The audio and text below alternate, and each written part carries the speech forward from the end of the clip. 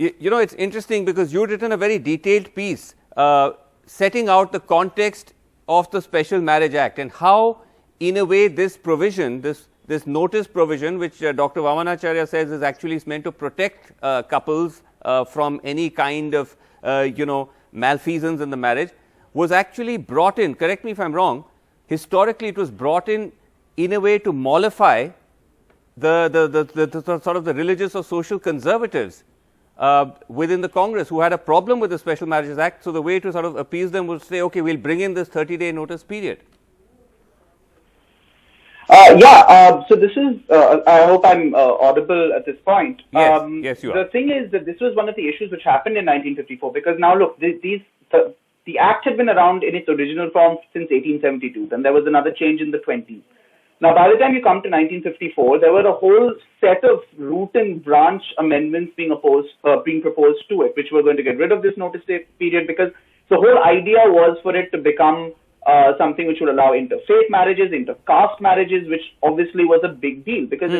because even though, for instance, an intercaste marriage could be, say, solemnized under the Hindu Marriage Act or those kind of situations, it was very hard because you'd have a priest raise an issue there, or the family raise an issue there. And the whole concept here was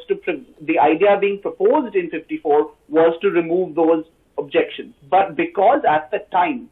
and this was a compromise which ended up having to be arrived, because you had the Hindu personal laws all being amended at that point of time,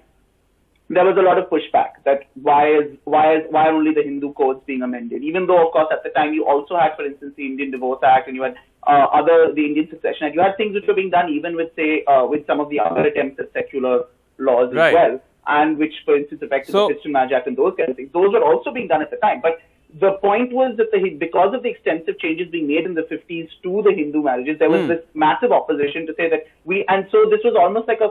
sock which was left behind. And and we see this over the years. Every time attempts are being made by law commissions to look at it, and this is again highlighted in the judgment, they've raised this issue that there is a danger to couples, there is a risk with this provision for harassment. And multiple times amendments have been suggested to address that issue. But unfortunately, it's just not been taken up by legislatures over the years, because I think of the same issues of the compromise keep coming up, because you've got a law which is allowing interfaith marriages, but we've got to try and have some way to control it, which is, a